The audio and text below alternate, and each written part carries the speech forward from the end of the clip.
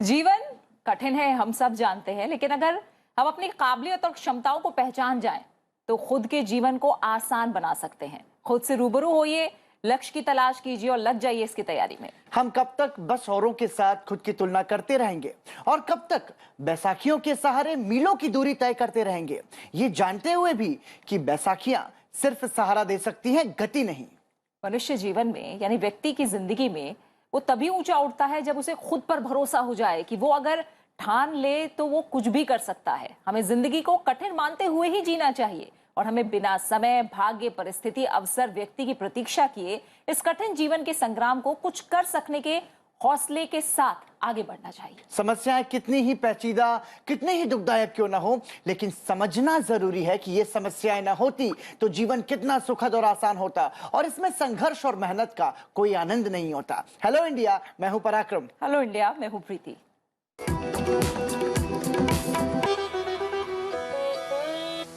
और आइए सबसे पहले नजर डालते हैं देश की बड़ी राष्ट्रीय सुर्खियों पर। व्यक्तिगत डेटा संरक्षण विधेयक 2019 पर संयुक्त समिति की मसौदा रिपोर्ट को बहुमत से अपनाया गया है। व्यक्तिगत डेटा संरक्षण विधेयक 2019 को आने वाले संसद सत्र में पेश किया जाएगा। व्यक्तिगत डेटा संरक्षण विधेयक पर हुई संसद की संयुक्त समिति की बैठक को बीजेपी सांसद पीपी चौधरी के नेतृत्व में पूरा किया गया। कांग्रेस, बीजू जनता दल और तृणमूल कांग्रेस के सांसदों ने डेटा सुरक्षा विधेयक मसौदा रिपोर्ट को लेकर अपनी ओर से असहमति का नोट दिया है। केंद्रीय गृह मंत्री अमित शाह ने स्वाधीनता संग्राम के दौरान ब्रिटिश हुकूमत के खिलाफ बहादुरी से लड़ने वाले जनजातीय नायकों को श्रद्धांजलि अर्पित की। उन्होंने मणिपुर के तामिल लोंग में जनजातीय स्वतंत्रता सेनानी रानी के नाम पर एक संग्रहालय की आधारशिला रखी। इस परियोजना की स्वीकृति जनजातीय मामलों के मंत्रालय ने दी है, जिस पर लगभग 15 करोड़ रुपए की लागत आएगी। वीडियो कॉन्फ्रेंस के माध्यम से संबोधित करते हुए गृह मंत्री अमित शाह ने कहा कि स्वतंत्रता संग्राम में रानी के योगदान को नहीं भुलाया जा सकता। उत्तर पूर्व के जनजातीय क्षेत्रों में फिर से एक बार देशभक्ति की चेतना जागृत करेंगे। नरेंद्र मोदी जी की सरकार देश के जनजातीय विकास के लिए प्रतिबद्ध सरकार है। एकलव्य स्कूल करनी हो, जंगल उत्पादों को एमएसपी पे खरीदना हो, कई प्रकार के जनजातीय विकास के काम नरेंद्र मोदी सरकार ने किए, इसकी लंबी सूची है। राष्ट्रव्यापी टीकाकरण अभियान के तहत अभी तक कोविड-19 रोधी टीकों की 117 करोड़ से अधिक खुराक दी जा चुकी है। बीते 24 घंटों में लगभग 33 लाख टीके लगाए गए हैं।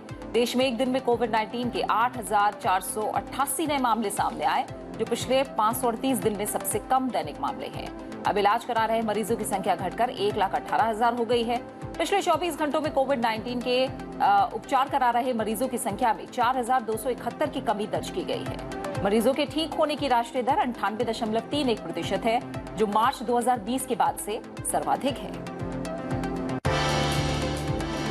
राष्ट्रपति भवन में आयोजित रक्षा अलंकरण समारोह में अपने कर्तव्य के प्रति अदम्य साहस और समर्पण का प्रदर्शन करने वाले भारतीय सेना के नायकों को राष्ट्रपति रामनाथ कोविंद ने वीरता पुरस्कार से सम्मानित किया। कोर ऑफ इंजीनियर्स के सैपर प्रकाश जाधव को मरणोपरांत कीर्ति चक्र से सम्मानित किया गया। यह देश का दूसरा सबसे बड़ा शांतिकालीन वीरता पुरस्कार है।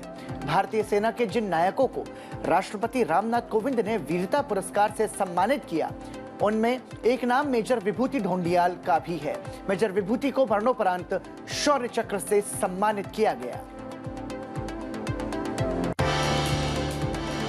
पंजाब के पठानकोट में सेना की छावनी के प्रवेश द्वार के बाहर अज्ञात लोगों के फेंके गए हथगोलों में विस्फोट हुआ और इस पर अधिकारियों ने अलर्ट जारी किया है और मामले की फिलहाल जांच की जा रही है।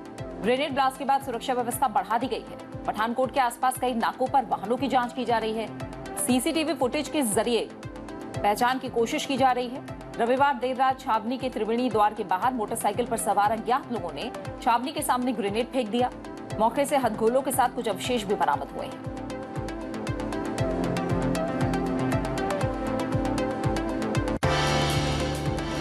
केंद्रीय स्वास्थ्य मंत्री मनसुख मांडविया ने मणिपुर, मेघालय, नागालैंड और केंद्र शासित प्रदेश पुदुचेरी के साथ कोविड टीकाकरण की प्रगति की समीक्षा बैठक की। इन राज्यों और केंद्र शासित प्रदेशों में टीकाकरण कम हुआ है, वो राष्ट्रीय औसत से पीछे चल रहे हैं। केंद्रीय स्वास्थ्य मंत्री ने कहा कि कोविड महामारी से निपटने में टीकाकरण सबसे शक्तिशाली हथियार है।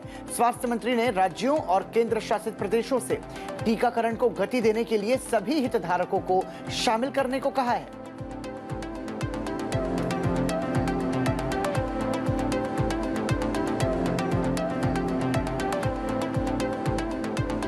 और आइए अब देख लेते हैं राज्यवार खबरें। तृणमूल कांग्रेस के नेता लुइजिन्हो फलेरो राज्यसभा उपचुनाव के लिए निर्विरोध निर्वाचित हुए हैं। पश्चिम बंगाल विधानसभा की ओर से इसकी अधिसूचना जारी की गई है।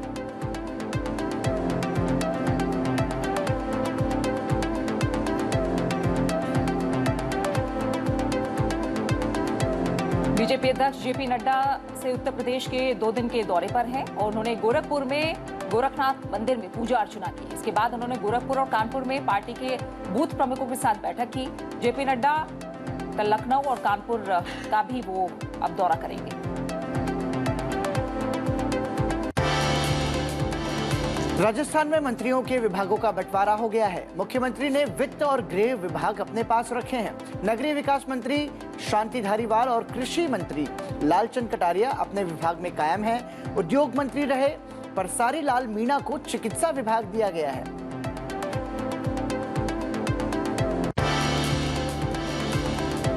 दिल्ली में वायु प्रदूषण के स्तर में कमी आने के बाद सरकार ने कंस्ट्रक्शन बैन को हटाने का फैसला लिया है। साथ ही पब्लिक ट्रांसपोर्ट की क्षमता बढ़ाने का फैसला लिया गया है।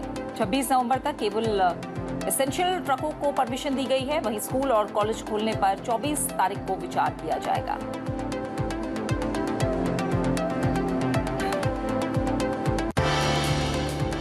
छत्तीसगढ़ सरकार ने डीजल पर वैट 2% और पेट्रोल पर 1% कम करने की घोषणा की है। इससे सरकार को करीब 1000 करोड़ रुपए का नुकसान होगा। आंध्र प्रदेश विधानसभा ने आंध्र प्रदेश विकेंद्रीकरण और सभी क्षेत्रों के समावेशी विकास कानून 2020 को निरस्त करने वाला विधेयक पारित किया है, जिसका उद्देश्य राज्य के लिए 3 राजधानियों को स्थापित करना था। मुख्यमंत्री वाई जगनमोहन रेड्डी ने विधानसभा को बताया है कि उनकी सरकार व्यापक, पूर्ण और बेहतर विकेंद्रीकरण विधेयक लाएगी। मुख्यमंत्री ने कहा कि राज्य के विकेंद्रीकृत विकास के उनके इरादे को लेकर गलत सूचना फैलाई गई। गुजरात में 1ली से 5वीं क्लास तक के स्कूल खुल गए हैं। स्कूलों में कोविड से संबंधित दिशा निर्देशों का सख्ती से पालन किया जा रहा है। कोरोना संक्रमण की वजह से स्कूल मार्च 2020 से बंद थे। वहीं सरकार बाल मंदिर में आंगनवाड़ी स्कूलों को खोलने पर विचार कर रही है।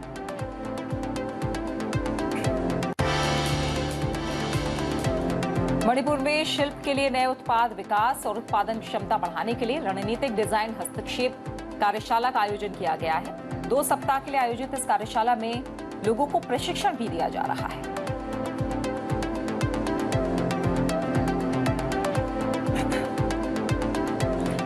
राष्ट्रीय और राज्यवार सुर्खियों के बाद आइए अब नजर डालते हैं अंतर्राष्ट्रीय सुर्खियों पर।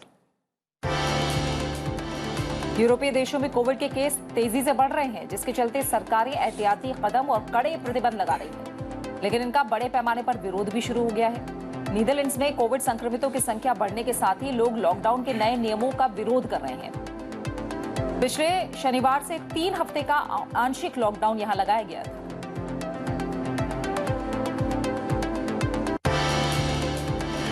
नीदरलैंड्स में कोविड संक्रमितों की संख्या बढ़ने के साथ ही लोग लॉकडाउन के नए नियमों का विरोध कर रहे हैं। वहां पिछले शनिवार से 3 हफ्ते का आंशिक लॉकडाउन लगाया गया था।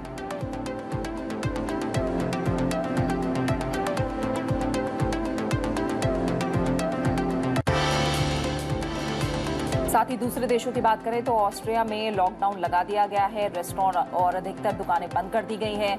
बड़े समारोह भी रद्द कर दिए गए हैं। इस लॉकडाउन में 20 दिनों तक प्रभावी रहने की संभावना है। 10 दिन के बाद स्थिति की एक बार फिर ऑस्ट्रिया में समीक्षा की जाएगी। और इसी के साथ दुनिया के जो दूसरे देश हैं उनमें ऑस्ट्रिया, क्रोएशिया और इटली में भी नए प्रतिबंधों के खिलाफ हजारों प्रदर्शनकारी सड़कों पर निकल आए हैं। ऑस्ट्रिया की राजधानी वियना में टीका लगाना अनिवार्य किए जाने के बाद हजारों लोगों ने विरोध प्रदर्शन किया। क्रोएशिया की राजधानी जाग्रेब में सार्वजनिक क्षेत्र के श्रमिकों के लिए वैक्सीन अनिवार्य करने के खिलाफ भी हजारों लोगों ने मार्च किया। इटली में भी ग्रीन पास प्रमाण पत्र अनिवार्य किए जाने के विरोध में हजारों लोग प्रदर्शन में शामिल हुए हैं। विश्व स्वास्थ्य संगठन ने यूरोप में कोविड संक्रमण की नई लहर के जोर पकड़ने पर चिंता जताई है।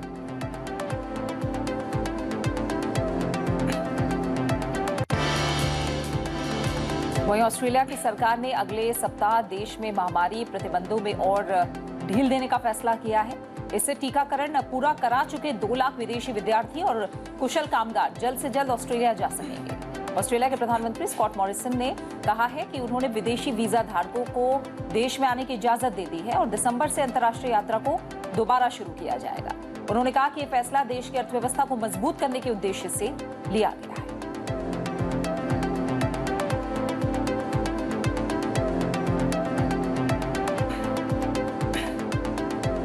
और आइए इन तमाम बड़ी खबरों के बाद आज की गतिविधियों पर एक नजर डाल लेते हैं। आज की गतिविधियों की बात करें तो ऊर्जा संबंधी समिति की बैठक आज संसदीय सौध में आयोजित होगी। पब्लिक अकाउंट्स संबंधी समिति की बैठक भी आज संसदीय सौध में आयोजित की जाएगी। सबऑर्डिनेट लेजिस्लेशन संबंधी समिति की बैठक भी आज संसदीय सौध में आयोजित होगी। संसद की विभिन्न स्थायी समितियों की बैठकें महत्वपूर्ण होती हैं, जिनकी जानकारी हम आपको दे रहे हैं। और आइए अब एक नजर डाल लेते हैं संसद टीवी पर आज प्रसारित होने वाले कार्यक्रमों पर। हेलो इंडिया के बाद आप सुबह 9 बजे देखिए संसद टीवी पर हमारा विशेष कार्यक्रम द डिफेंडर्स।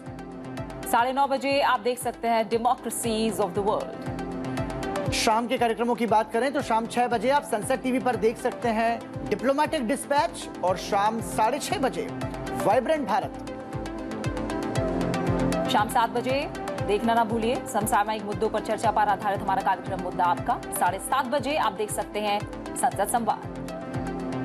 रात 8 बजे संसद टीवी पर आप जरूर देखिए दिन भर की खबरों पर आधारित हिंदी न्यूज बुलेटिन आज की खबर। और 8:30 बजे स्वास्थ्य संबंधी जानकारियों से जुड़ा कार्यक्रम हेल्दी इंडिया। रात 9:30 बजे आप देखिए पर्सपेक्टिव और रात 10 बजे आप देख सकते हैं बिल्स एंड इनसाइट।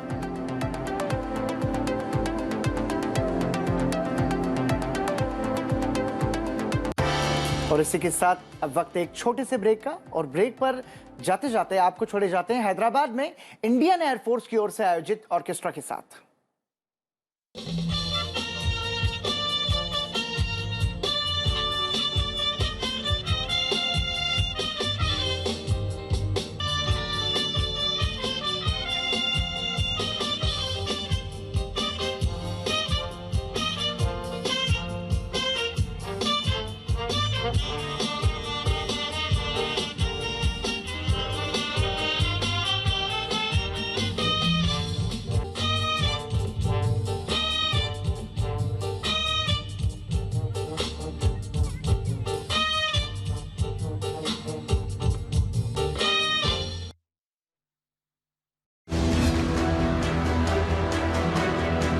बात जो आप जानना चाहें,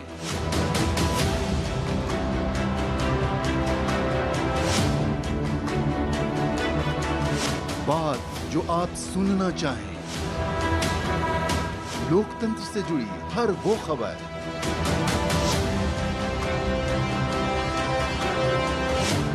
जिसका सरोकार होता है आपसे।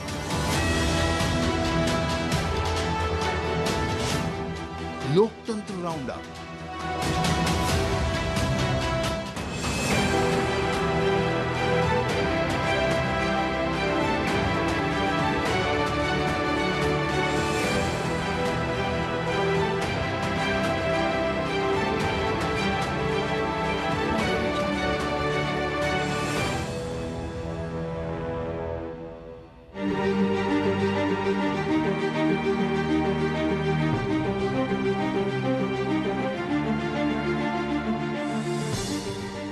एक हाथ से तो ताली नहीं बन सकती है।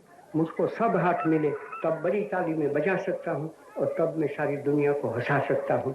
और पीछे दुनिया क्या कहेगी कि अगर कोई मुल्क को आज़ाद होना चाहिए वो तो हिंदुस्तान इस आज़ादी के लिए मुल्क है।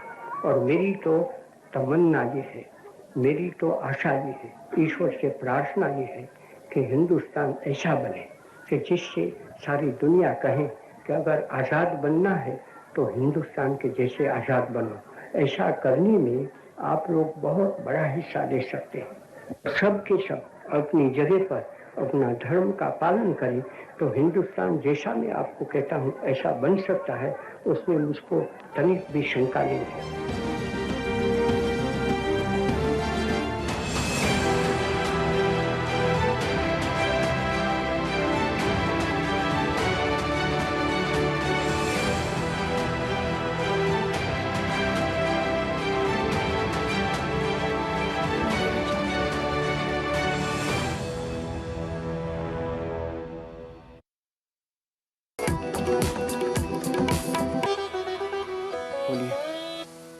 हेलो इंडिया ब्रेक के बाद एक बार फिर आप सभी का स्वागत है और आइए अब बात करते हैं आज के इतिहास की। आइए जानते हैं आज के दिन से जुड़े इतिहास के बारे में और आपको बताते हैं कि इतिहास के पन्नों में 23 नवंबर के नाम क्या खास घटनाएं दर्ज हैं। 23 नवंबर वर्ष 1983 में भारत में पहली बार राष्ट्रमंडल शिखर सम्मेलन का आयोजन हुआ। इस सम्मेलन की शुरुआत राजधानी दिल्ली में भारत की अध्यक्षता से शुरू हुई और इसका समापन गोवा में हुआ। यह राष्ट्रमंडल देशों का 7वां शिखर सम्मेलन था। यह सम्मेलन 29 नवंबर तक चला। इस सम्मेलन में 3 प्रमुख मुद्दों पर चर्चा हुई। अमेरिका द्वारा ग्रेनाडा पर हमला करना, दक्षिण अफ्रीका और क्यूबा की सेना द्वारा नामीबिया पर कब्जा करना और अमेरिका और तत्कालीन सोवियत संघ के बीच परमाणु प्रतिस्पर्धा। राष्ट्रमंडल शिखर सम्मेलन का आयोजन 2 साल में एक बार होता है। 23 नवंबर वर्ष 1897 में नीरज चंद्र चौधरी का जन्म बंगाल के किशोरगंज में हुआ। साहित्य अकादमी पुरस्कार विजेता नीरज ने वर्ष 1997 में अपने जीवन के 100 वर्ष पूरे किए।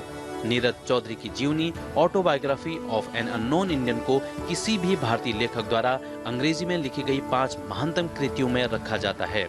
नोबेल पुरस्कार विजेता वी.एस. नायपॉल ने इस किताब के बारे में कहा था कि यह भारत और ब्रिटेन के बारे में सबसे बड़ी किताब है। उन्हें पहला भारतीय लेखक भी कहा जा सकता है जिसने भारतीयों को अंग्रेजी में लिखना सिखाया। 23 नवंबर वर्ष 1904 में अमेरिका के सेंट लुइस में तीसरे ओलंपिक खेलों का समापन हुआ। यह पहली बार था कि जब ओलंपिक खेल यूरोप के बाहर आयोजित किए गए। जापान और रूस के बीच हो रहे युद्ध की वजह से पूरे यूरोप में तनाव था। इसकी वजह से सेंट लुइस में जाने की कठिनाई के कारण दुनिया के शीर्ष एथलीटों में से अधिकांश खिलाड़ियों को इस ओलंपिक से दूर रहना पड़ा। खेलों के इस महाकुंभ में शिरकत करने वाले 650 एथलीटों में से लगभग 80% प्रतिभागी संयुक्त राज्य अमेरिका में से थे। और इतिहास के पन्नों के बाद अब बात करेंगे आज के करियर मंत्रा की, जिसमें हमारे एक्सपर्ट्स देंगे करियर से जुड़ी अहम टिप। और पराक्रम, अगर देखें तो तमाम ऐसे लोग हैं जो साइंस स्ट्रीम को एक तरह से चूज करते हैं, उनका इंटरेस्ट उस तरफ होता है, लेकिन साइंस स्ट्रीम में जाने के बाद भी तमाम ऐसी बारीकियां हैं जो छात्रों को समझनी चाहिए और अपने इंटरेस्ट के हिसाब से आगे बढ़ना चाहिए। बिल्कुल। और करियर मंत्रा हमारा जो सेगमेंट है प्रीति, वो हम इसी मकसद के साथ लेकर आए कि स्टूडेंट्स को वो छोटी छोटी जानकारियां मिल सकें जिससे वो अपना करियर बना सकते हैं। तो आज के करियर मंत्रा में हम आपको बताएंगे माइक्रोबायोलॉजी और बायोटेक्नोलॉजी और बायोकेमिस्ट्री में जो स्टूडेंट्स अपना करियर बनाना चाहते हैं उनके लिए क्या कुछ दिशा होनी चाहिए। हमारे करियर एक्सपर्ट्स क्या कुछ कह रहे हैं आज माइक्रोबायोलॉजी में करियर बनाने को लेकर के, आप भी सुनिए। के अलावा एग्रीकल्चर बायोटेक्नोलॉजी है। एग्रीकल्चर माइक्रोबायोलॉजी में बच्चे अपनी जो भी अपना कैरियर बनाना चाहते हैं, वहाँ पर हम लोग आजकल आप सुन रहे होंगे कि पराली की बहुत भारी समस्या है। एनसीआर और इसके आसपास के जो जितने भी फार्मर्स हैं वो जलाते हैं, लेकिन हमारे यहाँ पर IRI के जो पूसा इंस्टीट्यूट के जो साइंटिस्ट हैं वो माइक्रोबायोलॉजिस्ट हैं। उन्होंने एक ऐसा माइक्रो ऑर्गेनिज्म का कंसोर्शियम तैयार किया है जिसके तहत पराली को 10 से 15 दिन के बीच में ही डिग्रेड करके उन खेतों को दोबारा से प्रयोग किया जा सकता है। तो इस तरीके से माइक्रोबायोलॉजिस्ट एक नए ऑर्गेनिज्म की खोज करके एक नया कंसोर्शियम बनाकर किसी भी ऐसी समस्या को जो हमारे इन्वायरमेंट को प्रभावित करती हो, एग्रीकल्चर सेक्टर को प्रभावित करती हो, हम वहाँ पर वो उस तरह का कंसोर्शियम डिज़ाइन करके और पब्लिक में दे सकते हैं। इसी तरह से डिग्रेडेशन, जितना भी हमारा इन्वायरमेंटल प्रॉब्लम्स हैं, प्लास्टिक डिग्रेडेशन है और काफ़ी सारे पेस्टिसाइड्स हैं, वहाँ पर हमें डिग्रेडेशन की सबसे बड़ी समस्या हम लोगों को आती है कि ये सिस्टम में, इन्वायरमेंट में काफ़ी समय तक ये मौजूद रहते हैं। तो उसके लिए अगर आप इस तरह का कंसोर्शियम, इस तरह का group of micro organism select कर लें जिससे कि इनका डिग्रेडेशन फास्ट हो जाए, तो उसमें बच्चे अपना कैरियर बना सकते हैं। रिसर्च की संभावनाएं बहुत अच्छी हैं। जितने भी आजकल हमारे यहाँ पर बायोपेस्टिसाइड्स की कंपनीज आ गई हैं हिंदुस्तान में, हमारे यहाँ पर फार्मास्यूटिकल कंपनीज हैं जहाँ पर बच्चे अपना career as a microbiologist, as a quality control officer और एज ए R&D ऑफिसर की तरह वहाँ पर काम करते हैं, चाहे वो MSc माइक्रोबायोलॉजी कंप्लीट करने के बाद जाएं, चाहे वो PhD माइक्रोबायोलॉजी कंप्लीट करने के बाद जाएं। ऐसे ही एक फूड माइक्रोबायोलॉजी, फूड इंडस्ट्री में उनके लिए जॉब अपॉर्चुनिटीज़ हैं जहाँ पर वो फूड फर्मेंटेशंस की बात कर सकते हैं। प्रोबायोटिक ऑर्गेनिजम्स जो यूज़ होते हैं आज की डेट में, सभी लोग जो गट फ्लोरा है उसको चेंज करने के लिए प्रोबायोटिक्स ले जाते हैं। इसी तरीके से फूड सेफ्टी और फूड क्वालिटी, वहाँ पर भी माइक्रोबायोलॉजिस्ट लगाए जाते हैं। तो इस तरीके से इंडस्ट्री में, रिसर्च में, रिसर्च इंस्टीट्यूशंस में, यूनिवर्सिटीज़ में plenty of carriers opportunities students को मिलती हैं माइक्रोबायोलॉजी, बायोटेक्नोलॉजी के थ्रू जाकर। वाकई में बहुत ही विस्तृत जानकारी प्रीति, और अब समझ में आया कि आप माइक्रोबायोलॉजी करके फूड इंडस्ट्री में, एग्रीकल्चर इंडस्ट्री में, फार्मास्यूटिकल्स में बहुत सारे आपके पास ऑप्शंस हैं जिसमें आप आगे बढ़ सकते हैं अपनी पसंद के साथ। बिल्कुल। और आइए अब करियर मंत्रा के बाद बात कर लेते हैं सेहत की। हम जानते हैं कि आजकल हर कोई कहता है कि वो तनाव में है, स्ट्रेस में है, टेंशन में है, और कहीं ना कहीं हम देखें पराक्रम तो ये हर एक की जिंदगी का हिस्सा बन गया है तनाव। आखिर तनाव है क्या और इसके क्या कारण है? क्या लोगों को ये समझ में आता है ठीक से?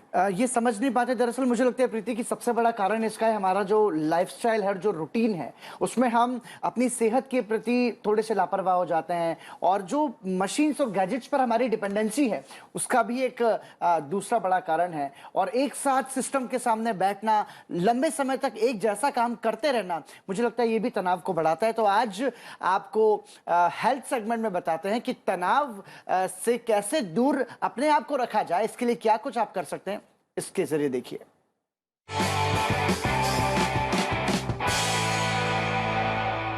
आज हम बात करने वाले हैं स्ट्रेस पे। स्ट्रेस आजकल लोगों की जिंदगी का पार्ट बन गया है। लोग आजकल बहुत ज्यादा जूझ रहे हैं स्ट्रेस की वजह से। कौन सी ऐसी रेमेडीज है, कौन से ऐसा सीक्रेट है जो आप नेचर से अपनी लाइफस्टाइल में ला सकते हैं ताकि स्ट्रेस आपकी जिंदगी से चला जाए and you will have a beautiful lifestyle ahead. हमारा जो यूनिवर्स है वो ऐसे बेनिफिशियल हर्ब्स और स्पाइसेस से भरा हुआ है जिससे आपको स्ट्रेस में बहुत रिलीफ मिल सकता है। कहते हैं ना कि अगर हम इस यूनिवर्स में हैं तो सारे आंसर आपको इस यूनिवर्स में मिलेंगे। सबसे पहली चीज है अश्वगंधा। बिल्कुल आपने सही सुना, अश्वगंधा। अश्वगंधा स्ट्रेस के लिए बहुत ही ज्यादा बेनिफिशियल है, गुणकारी है। और आप इसको किस तरीके से ले सकते हैं? सुबह आधा चम्मच आप इसे पानी से गटक लीजिए खाली पेट, और सोने से पहले आधा चम्मच आप इसे पानी से गटक लीजिए, चाहे आप दूध के साथ भी ले सकते हैं। और आप देखेंगे कि आपको नींद बहुत प्यारी प्यारी आएगी, माइंड आपका बहुत ज्यादा रिफ्रेश हो जाएगा। उसके अलावा है सप्रगंधा। सप्रगंधा, ये सप्रगंधा हमारा एक नेचुरल, एक यूनिवर्स का हब है जो स्ट्रेस के लिए बहुत ही ज्यादा गुणकारी माना जाता है। और सप्रगंधा आप सोने से पहले 1/4 चम्मच पानी के साथ गटक सकते हैं। बट सप्रगंधा को लेने के लिए हमें कुछ बातों का ध्यान रखना है। अगर आप बाहर ट्रैवल करने वाले हैं, ड्राइव करने वाले हैं या बाहर कहीं जाने वाले हैं तो सप्रगंधा आपको नहीं लेना है। सप्रगंधा आपको सिर्फ और सिर्फ सोने से पहले ही लेना है। उसके अलावा है गोटू कोला। गोटू कोला ये भी एक बड़ा ही गुणकारी हर्ब है जो हमें अपने यूनिवर्स से मिलता है।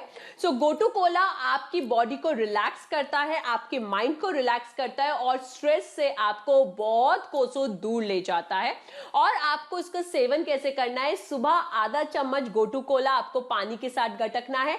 लंच के बाद आधा चम्मच आप इसे पानी से गटक लीजिए। और आप देखेंगे इन तीनों चीजों को कंज्यूम करने के बाद स्ट्रेस आपसे बहुत ही दूर हो जाएगा। और उसके अलावा आपको अपने लाइफस्टाइल का, खाने पीने का भी बहुत ध्यान रखना है। और जैसे कि मैं हमेशा बोलती हूँ, आपको अपने वजन पर खासकर ध्यान रखना है, क्योंकि अगर आपका वजन ज्यादा होगा तो आपकी एसिडिटी की प्रॉब्लम, खट्टी डकारे, पेट फूला फूला रहना, ये भी स्ट्रेस का पार्ट हो सकता है। तो आपको वजन को भी कम करने में आपको जरूर ध्यान रखना है। और जैसे कि गोटू कोला आपको ना ही सिर्फ स्ट्रेस से दूर करेगा, बट आपके वजन को कम करने में भी बहुत ज्यादा मददगारी साबित होगा।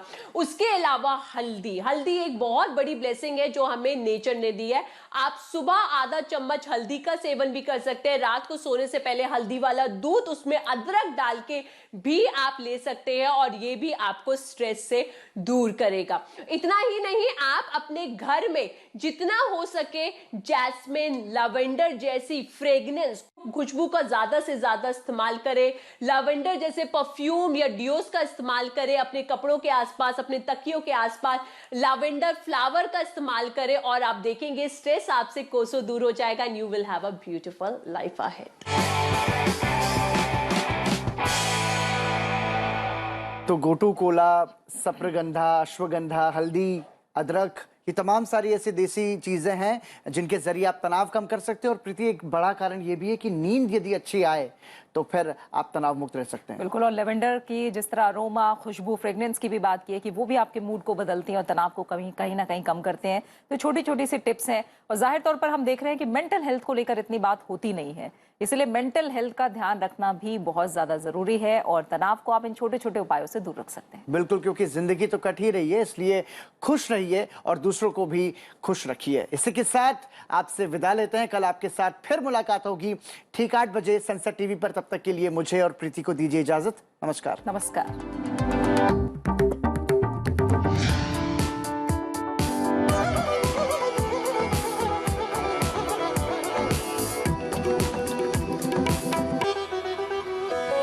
संसदीय समितियां भारतीय